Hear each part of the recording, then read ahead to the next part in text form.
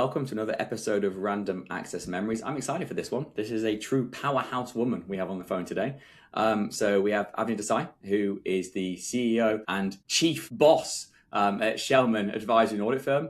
I'll let her do her intro, but there are some interesting points that we're going to talk about today. And as always, if you have any questions afterwards, follow up with me or with her directly. I start in the same way I always start. So thank you first for being here. I'm going to ask you to introduce yourself and then your hobby when you're not at work and your hero, a person, professional, personal life, who is your hero, role model, whatever it might be. So introduction, hobby, hero, go. Got it. Well, Jake, thanks.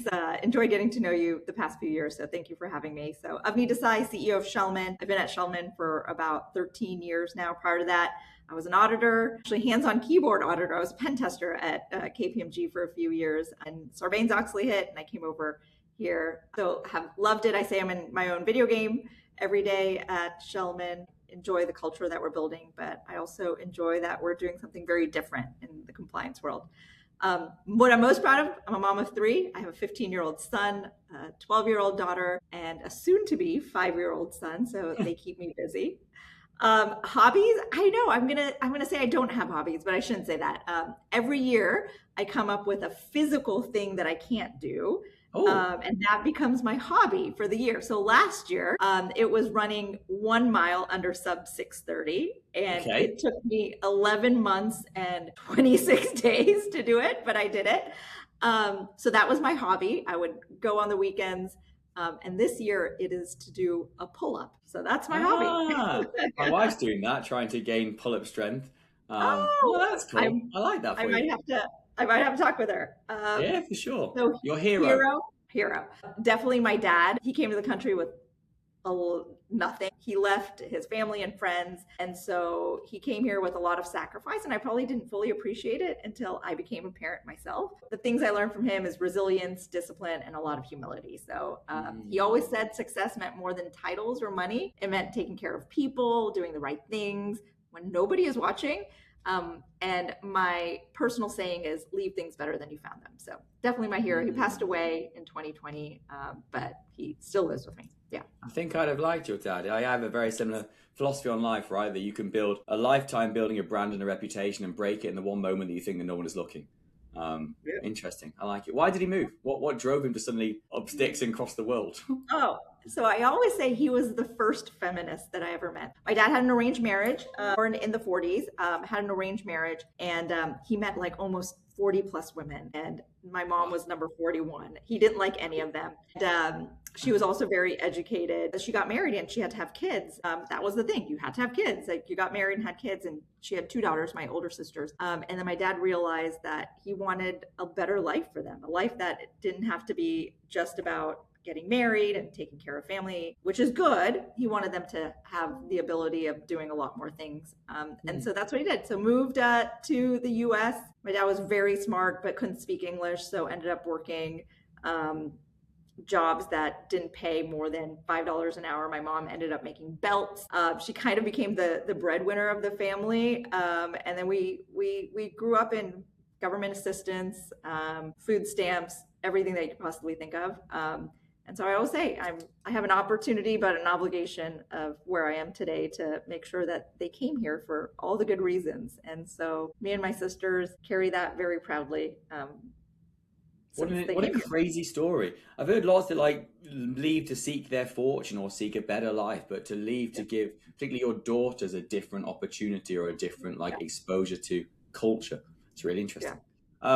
I have a bunch of questions for you. I'm going to start with one I think is really interesting. You are the winner or first person in either category I've ever spoke to who has only ever really worked for 2 companies, and both for a long, long time. Like the average tenure these days in tech is a CISO is like 2 years. As anybody else is like 5 years max. Yours is crazy. Talk to me about that. Why were you you stayed at KPMG for such a long time, and then you've been at Schellman for like almost forever. It's so funny that you say that. So I believe that you have to reinvent yourself every 3 to 5 years. And I think reinventing yourself every 3 to 5 years can mean a different workplace, a different job, a different industry.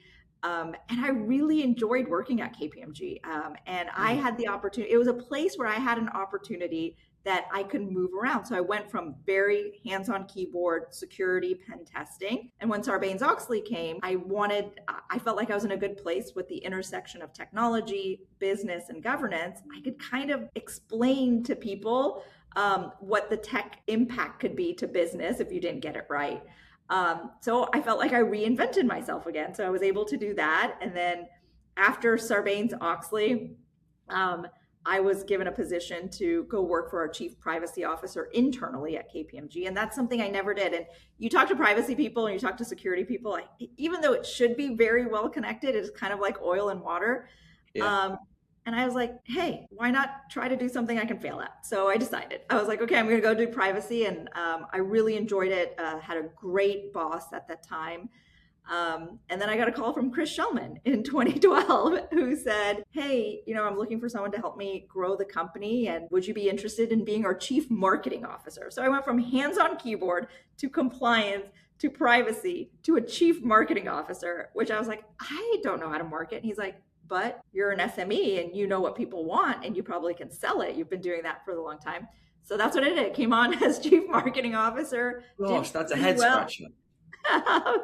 And then I went on to be EVP and took over services and became president of the company. And yeah, it's like been such an interesting but strange ride. And so if you take a step back, yeah, two companies, but I feel like I've had 10 different positions. Yeah, it sounds it. Let me double click on some of that. You were a pen tester when? 2002 to 2004. How many female pen testers did KPMG have in 2002? None. Yeah, it's interesting, right?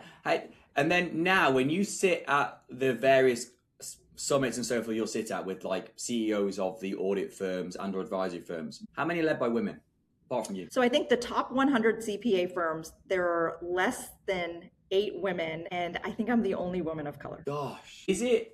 So here's the question I like to pose, like kind of devil's advocate most of the time. Has it been harder or your superpower being a woman of color at times when you were the only one or in the extreme minority? That's a tough question. I think being the only of anything is tough because it's hard to get the message across. When I started as CEO, so just 4.5 years ago, I think there was less than 4 women. And I can tell you now that we've doubled in the top 100 CPA firms. Progress. There's something with volume of voices. I'm 100% believer in when there's 4 or 8, we can get what we want across, right? I think being one of one, it's not good. People are like, oh, you should be so proud of yourself. I was like, no, because my job now is to get 2 and then 4 and then 6 and then 8. Like I have this obligation of how do I make myself more well-known so women like me can feel like they can get here, right? I did not see any women like me growing up. And I can tell you, I was scared the first time when I was pregnant at KPMG to tell anybody that I was pregnant because I did not see other women. I saw single women, I saw divorced women, I saw women with no kids, I saw women who did have kids whose spouses stayed home, and my husband has an equally demanding job as I do. I didn't see anybody like me. And so I was scared to say, this is who I am and what's going to happen. Am I going to get the next promotion? I want to be very transparent about the good and the bad so people can look up to me and be like, oh, I can be, in her position one day. If she can do it, I can do it. And I think that's what's lacking. And having 8 women leading CPA firms, but when 50% of staff of CPA firm are women, we're doing something. Yeah, I'm going to come back to that point. And I want to come back to a KPMG point as well first. This article I read from the Warrington College of Business, University of Florida, says that you left KPMG when you had your first child to seek a different lifestyle balance. Why? You just kind of said that it was like, I don't know, quote unquote, politically incorrect, but power women is what you saw around you. So you didn't see an ideal in the company of motherhood succeeding at a strategic level. So is that the rationale, or why at that point did you go, I'm going to go somewhere else? Yeah. It was the hardest decision for me because I did really enjoy KPMG. I had very good mentors, but I was at a crossroads where I had to make a decision. Did I want to be a good mother or did I want to be an exceptional executive? And it's a terrible decision for anybody to make. And I decided that I wanted to be a mom. I've always wanted to be a mom. I love being a mom. I really, really enjoy being a mother.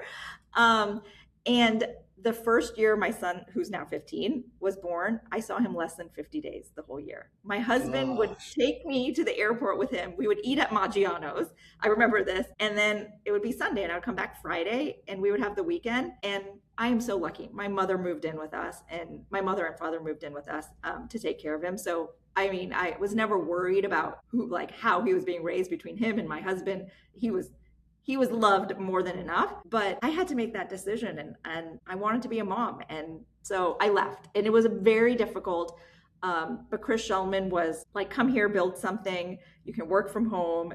I remember him telling me, he's like, are you gonna have more kids? I was like, yeah, I think maybe I want 2 kids. And he's like, you should have as many kids as you want plus 1 because being a parent is fantastic. And so he built a company where I didn't have to choose. And I always said that if I was ever going to run a company, I never want anyone to choose between being an executive, a mom, a sister, a brother, a spouse, a friend, because you can do all of it. And there's an opportunity, and that's what we've built here. Okay. Let me ask you a question that may be awkward, but I like awkward questions. How many of your current leadership team are female? How many of your partners? So 70% of my executive leadership team is female. And from 70? a partner, yeah. Wow. That is impressive. My president, my COO, my CRO, my CHRO, my CFO, COO, my head of services. Yeah. Intentional or accidental? I look for people, I look for 2 things. The right person for the job and somebody who thinks very differently from me. I call it, I love Chanel, the concentric C's. I think when you have groupthink, you never grow at the velocity and momentum that you have the potential to. I think when you're in a room and you have knocked out drag on fights, you leave having so many better ideas as long as you're aligned when you leave. And we're all aligned when we leave. Like that is the number one thing. If we can say anything, but once we leave the room, we all have to accept the decision, be aligned with it, so the firm can see our alignment. That's what, in my opinion, makes a great leader. I have what I call passionate disagreements with Yair frequently, but I know that I can have those, right? And I think as an exec, you have to feel safe to be able to say your piece, whether you think that leadership is wrong or right, or whether you think there's just an in-between. I think finding that safety net is important. Something else you said was interesting. You talked about being a role model to show this is possible. You are front and center on social media a lot more than most audit leaders that I know. I couldn't tell you who was running most of the top 20 audit firms in the US without me going and doing a Google, but you're all over LinkedIn everywhere. Is that also why? Because you want to, it's not just marketing, because you want to put your face, your brand, your color, your gender all out there to say, look, this is where I am and this is who I am. Percent. And I talk about the good and the bad, where I've made mistakes and where motherhood has been hard and where marriage, I always say for me, and I think a lot of other executives, the person you marry is probably the best work decision that you can make, right? I mean, I married someone who was very, very, very supportive of me. And if I didn't, I wouldn't be where I am, right? And so I talk about these things a lot. And I also talk about SOC reporting and ISO and AI governance. But that's a big reason of why I want to be front and center is it's not that you can have it all, right? You can mothers, fathers. I mean, I don't even think it's a gender thing, is we can be successful at multiple things, maybe not at the same time. I say 9 to 5, an amazing executive, maybe kind of a shitty mom, but from 5 to 10, I am a fantastic mom. Like, I mean, I can get on the floor, I can do Legos, we read books and books, and I can take you to the bathroom 20 times until we get to bed, right? But I can't do it at the same time, but I can do it at 2 different times. Do you find that's possible? Are you able just to shut at 5? Because I sometimes find it hard with multiple time zones these days to actually close at 5. I do. Do you still think that's possible in our modern super connected world? I make it, that's something that I just have to do, right? I mean, people know that you will not get an email from me between 5 and 9. If it is a massive emergency, call my cell phone. But there aren't that many emergencies in what we do between 5 and 9. My husband's a different story. He's saving lives, right? His phone is always on.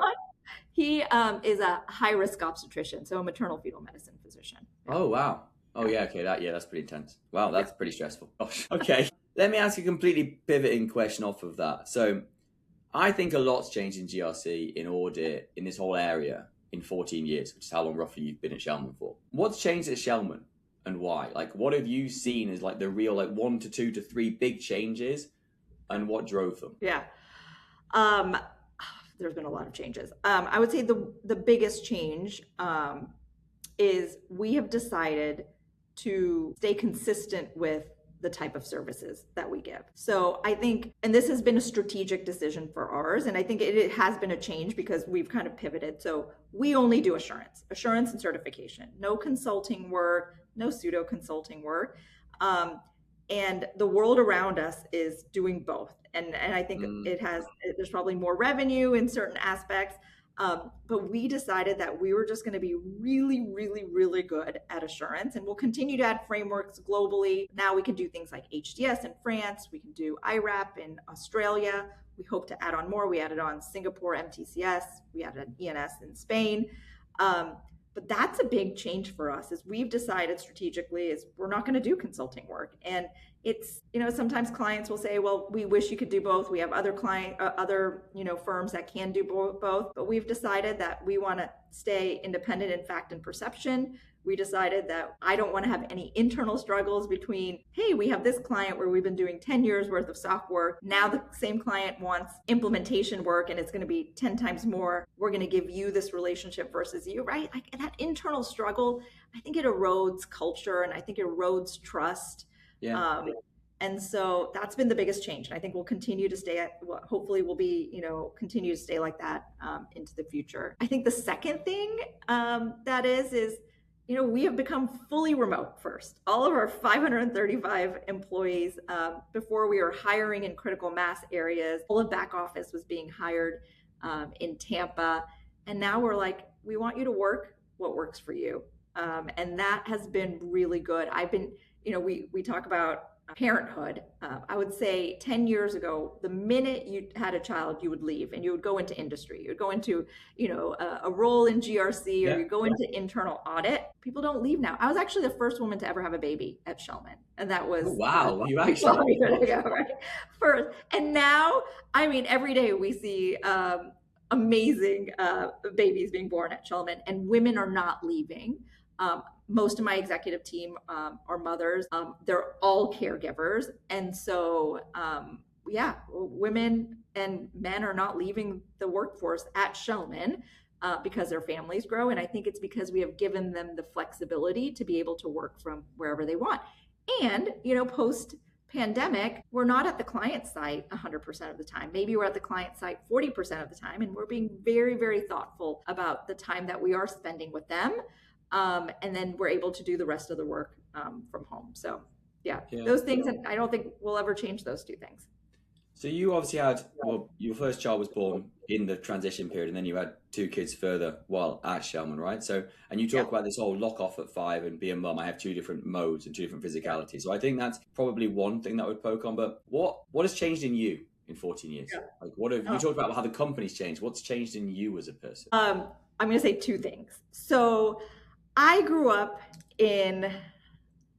I was born in the US. My parents immigrated in the mid 70s. My sisters were born in India, and I grew up in the US in a very traditional household where I think my dad would always say, study hard, keep your head down, and you're going to do well. And I did. And that was good. I did do well. I scored very well on my exams and I was a straight A student. But what it didn't do was it didn't give me a lot of confidence. And it didn't give me a lot of confidence for my voice to be heard in rooms. And I can tell you the first conversation as an ELT that I had at Schellman, I remember being in a room and I had so many thoughts and I didn't say a word, nothing. And I just didn't have the confidence. And I think it was just, hey, keep your head down and keep on doing the right thing. And people will sooner or later see how great you are. But that's not true in what we do, right? Yeah. And so I think the biggest change in me was I found my voice, and I found that,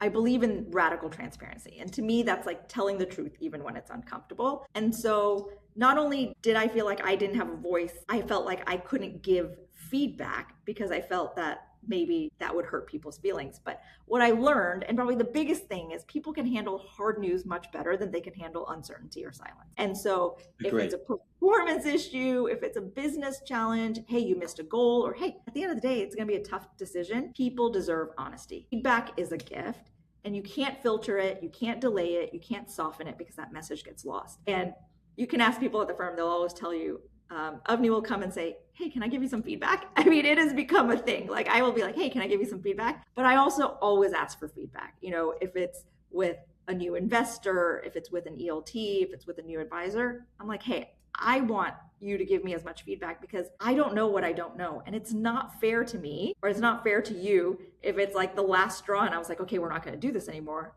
I think that's very disrespectful, right? So transparency builds trust. It's actually the second core value at the firm is transparency builds trust.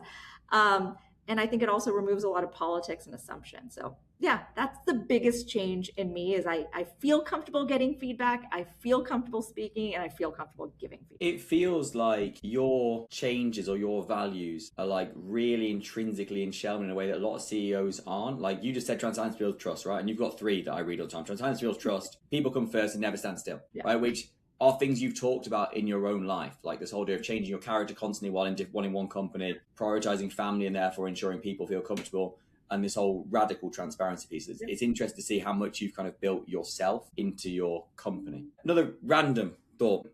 I have a problem that Americans refuse to take holiday. Like they just want to go on vacation. So I've for many years, my teams who have worked with me and we're watching this will be laughing because I've put bonus components into all of their comp plans. So you have to take at least 1 solid week off a year.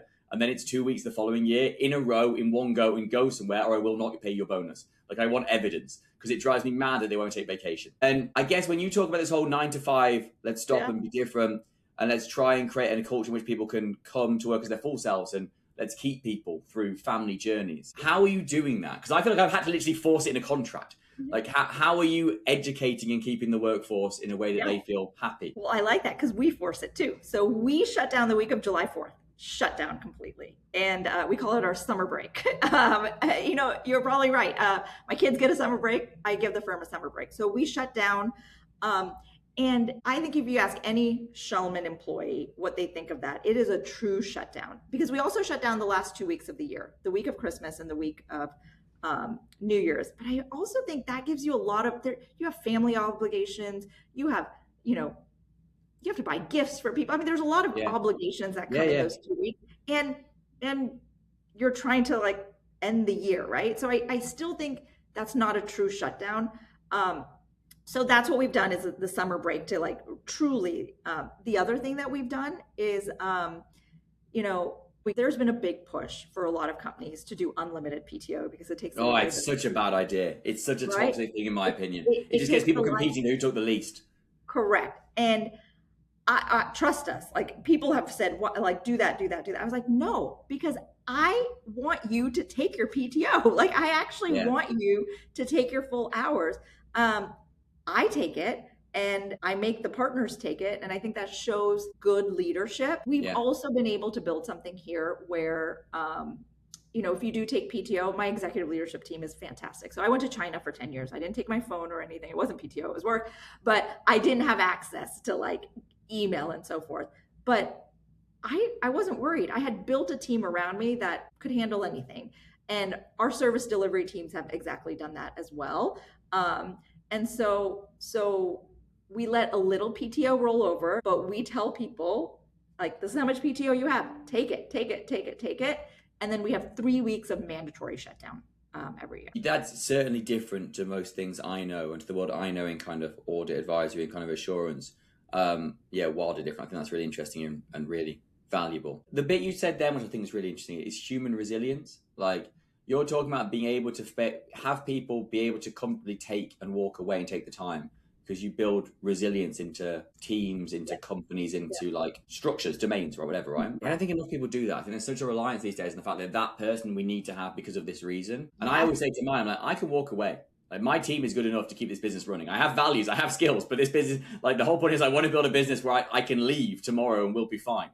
You seem to have the same approach. Oh, 100%. I mean, my job is to make me irrelevant, right? If I can make myself irrelevant, I think that's actually an issue with like, let's go back to like, you talked about Americans who don't want to take time off. I actually really think that mindset is like, we wear exhaustion like a badge of honor. Like, how many people have said like, I haven't taken a vacation in 2 years, like an achievement. Like, but when I look at that and when I hear it, to me, something is broken.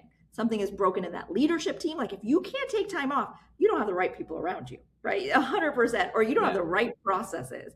And so to me, rest is not a reward after burnout. It is part of performance. And so when I told you, right, last year my goal was to run a mile under sub 6:30.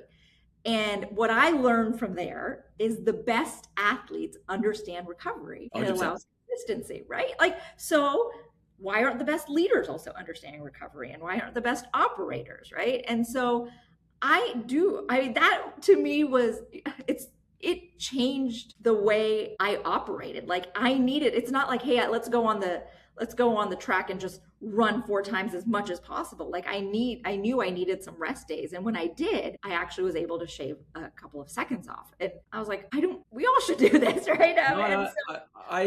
You're preaching to the choir. I tell people think I'm mad when I say I always take 4 to 5 vacations a year, actual full-blown trips, always at least a week, and one will be at least 2 weeks. I do every single time. People are like, that's mad. How do you do that? I'm like, because I do. Like, my kids are only young once. Like, I want to build memories. I'm not here a lot like you. I travel a lot for work. So when I am here, we're going to go and do stuff. Like, if that doesn't work for you, that's great. But I think it works for anybody. You don't have the guilt either, right? And then you feel like you can be 100% Jake at work and you can be 100% Jake at home, right? Like you don't feel the guilt that you've taken away from one to give to the other. And that is just such a problem, I think, in today's society. Is that's what we're doing. We're robbing ourselves in one area to give to the other, when maybe we can't give 100% to both, but can we give 50% of both, or 100% at one time, like 9 to 5? Yeah, I agree. I've got 2 more areas I want to talk about, but one question before we go there. What's your superpower? What is your one? You said before, like, you want to become irrelevant. That's your point. Yeah. What is your superpower? What one thing? What makes you good at what you do? I think everyone should know this, so I ask everyone I interview, like, what is your one thing that makes you good? I think I know things that are going to happen 2 steps ahead from when intuition. Yeah, I have this intuition that, like, this is going to be a good employee, or this is going to be a good project, or this is going to be a good deal, right? And I don't know how I know, but I just know. And so I feel like, yeah, it's intuition. It's interesting because you've led me straight into my next question without any intent or script. But like, there's 2 things I think you've done at Schellman that are interesting. One is you got ahead of AI before it came down. In Edinburgh, and people who I'm quite good friends with were like talking about AI assurance and auditing before there was a thing to be assured against. I think that was interesting. The second thing is more interesting is you operate like a SaaS company. Like you literally have sales structures and sales functions. And that was historically not known in audit firms or assurance firms, right? You always had partners who brought their book of business in, and that's how you got from being a manager to a director to being a senior director to being a partner, was bringing like clients in. But you're structured with a proper go-to-market function, which I think, at least from my knowledge, you were one of the first to do this. Why? You say it's intuition, so you saw it coming, and now everyone seems to be doing it. But at the time, what clicked that said, we should just sack off this traditional partner model and actually get proper salespeople in? Yeah. Well, I saw what was happening, right? I saw what was happening. So first, back to AI. So yes, 100%. I'm a big reader. I think readers are leaders. I'm a huge reader. One book a week. And I just started seeing that if you look at society, right? Those that understand technology or change and embrace it and figure out what they can do with it early on, I think will be the first mover advantage. And we've always been the first mover advantage. So AI, but also sovereign compliance. I talked about all these, how we can do IRAP. I mean, I think the next big thing is quantum readiness. Like we are already working on that right now. Interesting. Gosh, that is interesting. And so I really think having a pulse of what is happening, like globally around the world. And I've been really lucky that I get to be part of the World Economic Forum. I get to, have clients who are the who's who of technology, and just like really learning from them. Like, I think that's like, as a leader, understanding what your clients are dealing with every day, and understanding what the market is going to talk about, and then deciding what your strategic vision is so key in professional services. And I think a lot of people don't do that, right? They don't go outward to look inward. So that's one thing. Yeah. And so maybe it was intuition, or maybe it was just listening to kind of what is out there. The second thing, 100%, we were always an inbound sales organization who are using partners to go out, and it worked. We've been really successful. However, we should use use people for the best of their ability. When I take a look at our principals, they should have two jobs: delivering high quality work to their clients and making sure that their people get the great performance feedback and growth that they need. They shouldn't be doing everything else, right? Like going out and cross-serving and negotiating fees, but they should be front and center in the relationship. There are so many other people out there who are really good at that. And so how do we bring the entire firm to the organization, right? Like, so having people focus on what they're best at and getting them to be A+ players there, and surrounding themselves, like I have, surround myself with the right team members. I think we've always tried to be a jack of all trades, and it's worked because my partners are rock stars. They are fantastic. But if I have them focus on 3 things that they love doing, like my partners don't love asking a client, hey, do you want a pen test? Like, they want to be able to say, hey, let's talk about this, and let's talk about how to consolidate your audits, and let's talk about, which controls, and like they want to geek out into that. And so that's why we brought in a sales team to take the burden off them and allow them to shine and become A+ players. Like, I don't need everyone to be a B+ player. I want you to be an A+ player at the things that you love. And that's really, really important. It's interesting you say that. I've talked a lot socially recently about the fact that I think that we have this problem in our society where we're always about like, identify your weaknesses and make them your strengths. And I'm like, hell no, like identify your strengths and make them stronger. Like, I don't need to be good at the stuff I'm not good at. What about the stuff I'm already good at? That is like, it's like how we grew up. Like, what are you bad at? Okay, let's make you mediocre at it now. Instead of what are you good at, and let's make you amazing and fantastic. Like, let's go back. It's like, if you can do the 100 meter, do you want to do the 100 meter and the hurdle? No, just become really good at the 100 meter and win the gold, right?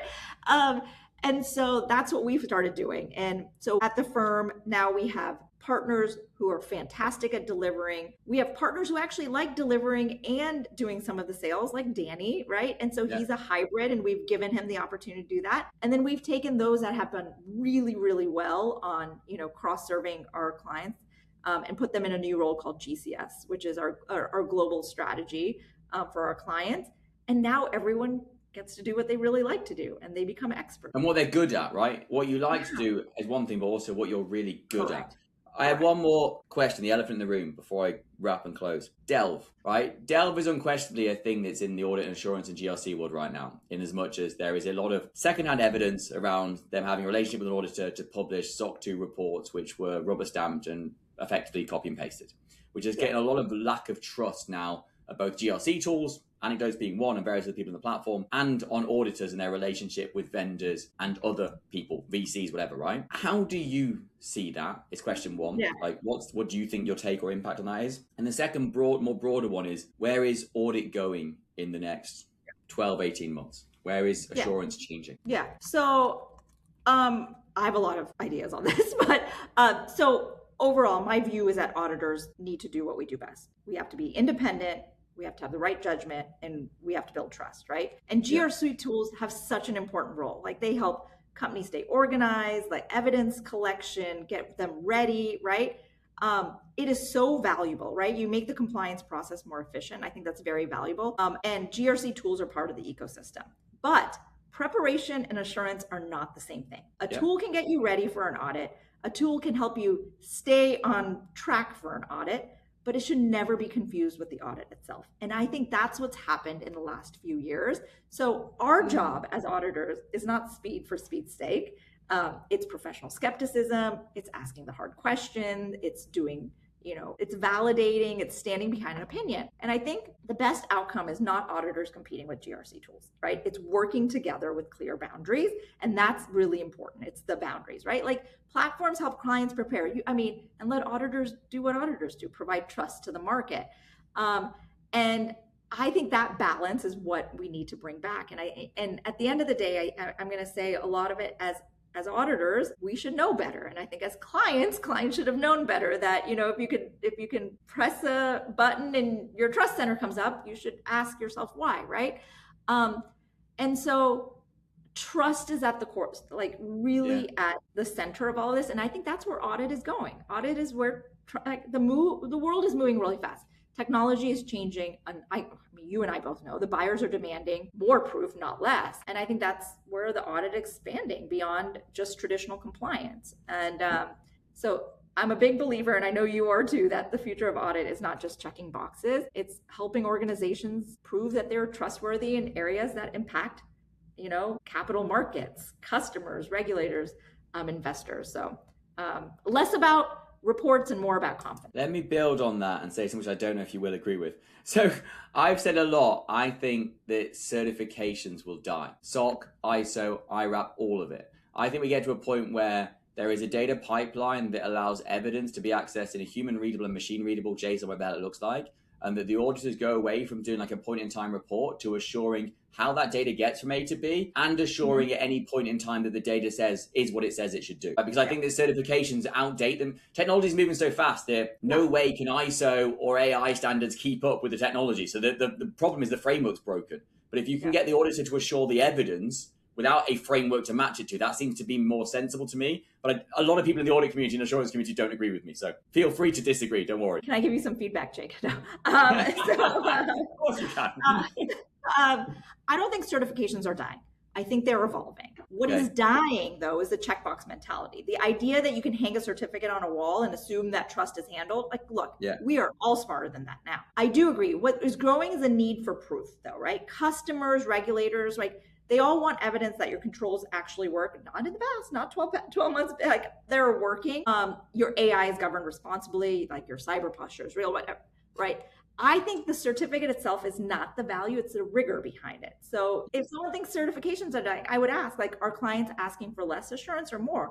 And the market is signaling they want more. So look, I don't think they're going to disappear. I think low value certifications might. I think going down market, where you're thinking is just check the box, but high quality, credible assurance, I think is going to be very important. So however we want to call it, I think that is what's going to be super important. I think, it's interesting. You're currently actually doing our SOC 2 right now. And I think what's interesting is we've significantly matured as an organization since the last time we were reviewed. And you have findings, which I completely agree with, that we are in the process of fixing. I think that's the point, right? Is that assurance gets to a more granular level where it's actually finding things which aren't necessarily directly control specific, but are more maybe like control adjacent. I think that's the value piece.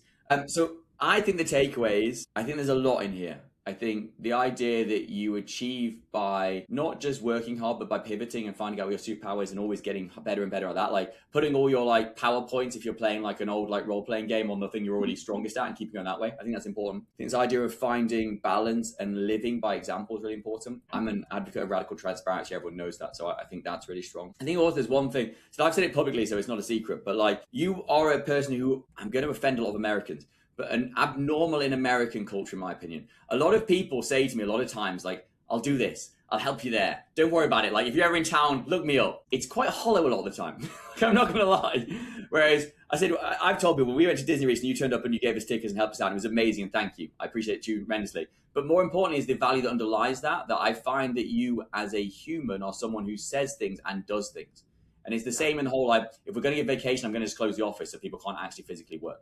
If we're going to do this, I'm going to just do this, so physically that has to happen. And I think that if I looked at your superpower, that's what I would say. I would say you are actually a follow-through, in as much as you don't just say things, you do things. So I think that is what I appreciate about you as a human. And I think the industry needs more of, I think, what's helping to transform it. So for those listening, any questions, Avani's all available on LinkedIn, and she's always on it. So if you have questions for me, you are welcome to. But if not, thank you so much for joining us. I appreciate your time. We'll probably have you back at some point. But in the meantime, thank you very much for being here. Thanks, Jake. Appreciate it.